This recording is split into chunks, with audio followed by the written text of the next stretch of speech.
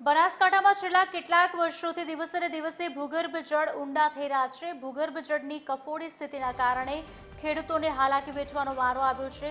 ત્યારે વરસાદ ખેંચાતા ખેડૂતો ચિંતાતુર બન્યા છે। મહત્વનું છે કે બનાસકાંઠા જિલ્લો મુખ્યત્વે ખેતી અને પશુપાલન પર નિર્ભર રહે છે। ત્યારે જિલ્લામાં સરકાર દ્વારા તળાવ ભરવામાં આવે અને સિંચાઈ યોજનાનો લાભ આપવામાં આવે તેવી ખેડૂતો માંગ કરી રહ્યા છે।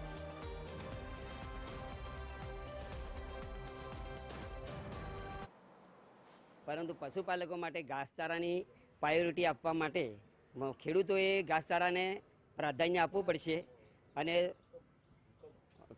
સરકારે તળાવ ભરવાનું ઝડપથી કામ કરવું પડશે।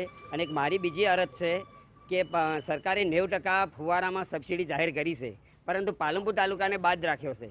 તો પાલનપુર તાલુકાને જો અંદર લેવામાં આવે તો જેમને આ જો ઊંડા પાણી છે એ જો ફુવારા કરવામાં આવે તો થોડું પણ એમાંથી ઘાસચારા માટે ઉપયોગ થઈ અને પાણી બચાવી શકાય એમ છે।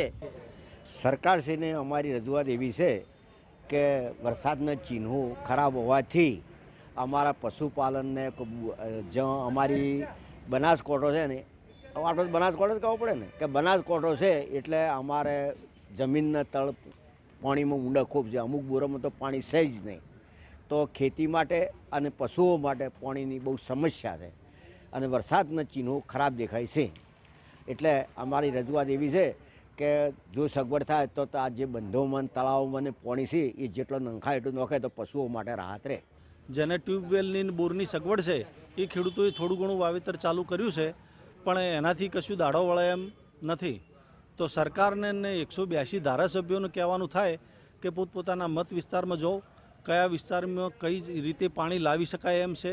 જે તળાવ ભરવા માટેની લાઈનો કરેલી છે એ સક્રિય કરવા માટે, તળાવ ભરવા માટે અને ખેડૂતો જોડે બેસી અને આટલું વર્ષ પાર પાડવા માટે શું આયોજન કરવું એના માટે સરકાર, ધારાસભ્યો અને ખેડૂતો બધા ભેગા થઈને વિચારે તો આ વર્ષ પાર પડશે।